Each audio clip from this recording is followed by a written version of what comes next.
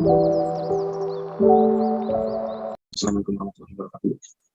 Sebelumnya izin perkenalkan diri, nama saya Muhammad Bernifan Konsol. Kembali 171/1150. Di sini saya akan menjelaskan view dan button pada final project mata kuliah mobile programming. Langsung saja, di sini view merupakan salah satu ataupun view merupakan tampilan ataupun halaman antarmuka yang menampilkan seluruh konten pada aplikasi ataupun pada sistem yang kita bangun. View juga merupakan tampilan yang view dibuat semenarik mungkin dan se-user friendly mungkin agar para user ataupun pengguna tidak merasa pusing atau kebingungan pada saat menggunakan aplikasi yang kita pakai. Nah, yang kedua, di sini adalah contoh untuk view. Di sini untuk form, contoh view untuk form, karena di sini ada form untuk memasukkan nama, jenis perawatan, lalu tanggal. Di sini juga ada halaman untuk login ataupun view untuk login di mana kita harus masukkan email serta password. Di sini juga ada view untuk regis, di mana email dan password ini wajib diisi, tidak boleh tidak. Dan yang kedua, di sini saya akan menjelaskan mengenai button.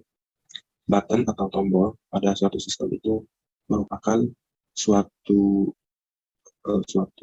bisa dibilang suatu proses di mana ketika kita melakukan ataupun telah mengisi form dan menekan button tersebut, maka isi dari form tersebut ketika sudah benar akan diproses oleh button yang akan diproses setelah kita menekan button simpan atau contohnya kita mau login. Nah, di dalam halaman login ini terdapat button sign atau login. Nah, button ini merupakan proses dari inputan field username dan password. Ketika kita memasukkan username dan password yang benar, maka selanjutnya kita menekan button ini akan memproses inputan pada username dan password yang kita isi. Ketika itu benar, maka akan dijalurkan ke halaman berikutnya. Nah, tetapi ketika username dan password yang kita salah, button tidak akan membawa kita ke halaman yang selanjutnya. Bukan berarti button tidak memproses, button tetap memproses, tetapi akan memunculkan alert ataupun notifikasi bahwa username atau password yang diinputkan itu salah. Nah, mungkin cukup sekian dari saya. Mohon maaf apabila ada salah kata. Hai teman-teman, di sini saya Aprilia Muharam akan melanjutkan penjelasan mengenai aplikasi yang sudah kami buat. Nah, di sini saya akan melanjutkan memperlihatkan komponen-komponen yang ada di dalam aplikasi ini. Yang pertama itu ada scroll view. Kita masuk dulu.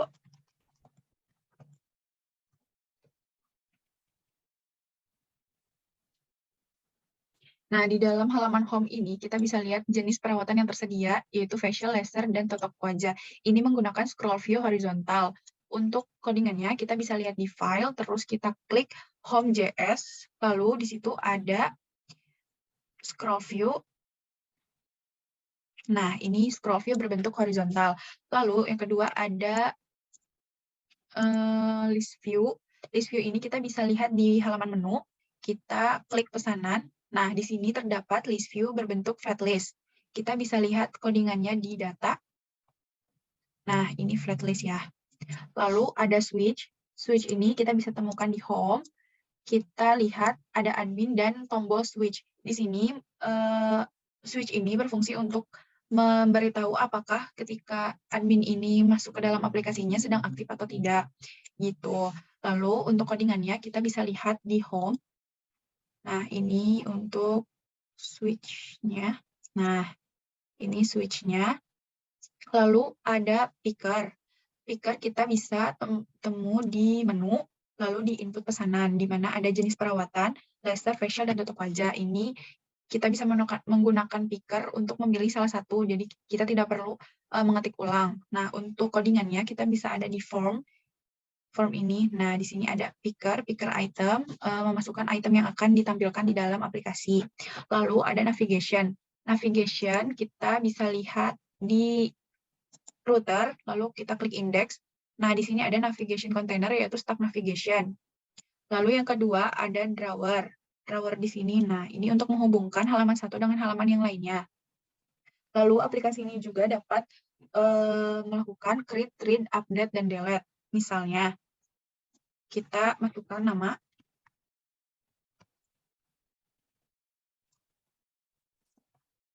5, lalu kita klik apa yang akan dipilih, facial, kita tentuin waktunya.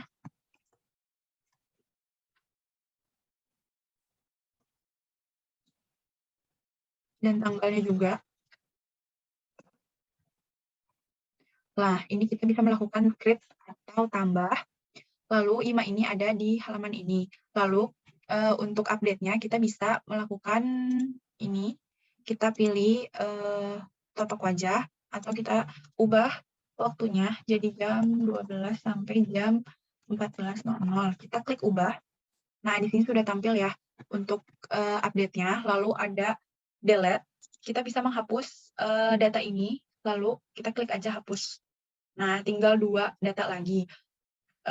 Create, read, update, dan delete ini, dalam aplikasi ini, kita bisa lihat di Firebase Console. Ini terkoneksi ya dengan Firebase-nya.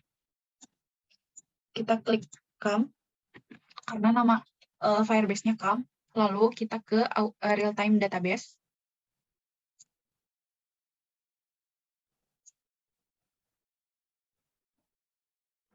Nah, di sini udah ada ya, apa yang kita input di aplikasinya sudah muncul di dalam Firebase-nya. Nah, IMA, terus facial, jenis perawatannya, dan tanggal segini, dan waktunya segini. Lalu aplikasi ini juga dapat melakukan register. Kita kembali lagi ya ke halaman awal. Nah, jika kita belum mempunyai akunnya, kita bisa melakukan register. Kita isi dengan admin1@gmail.com, passwordnya sama 1.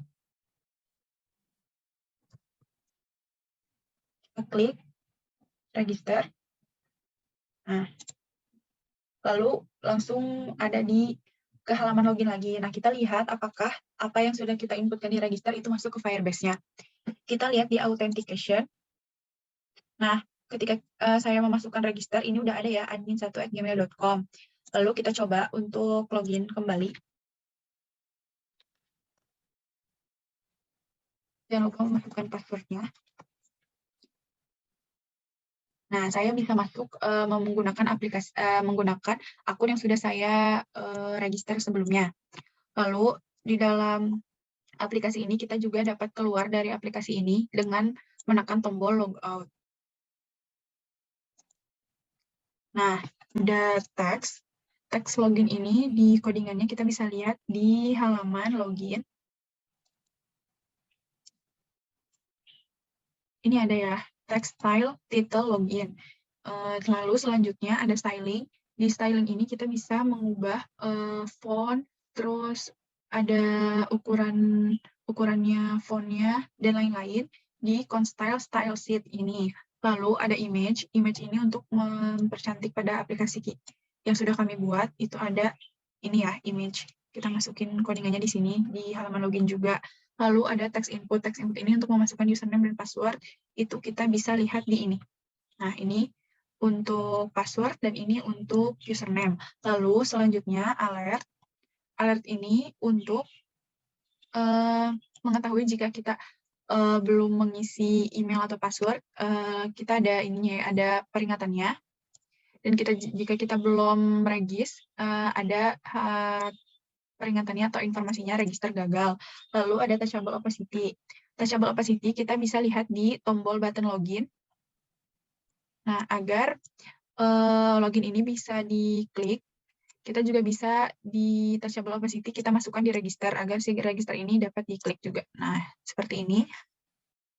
Cukup sekian yang dapat saya sampaikan. Semoga apa yang sudah kami sampaikan dapat berguna untuk kalian semua.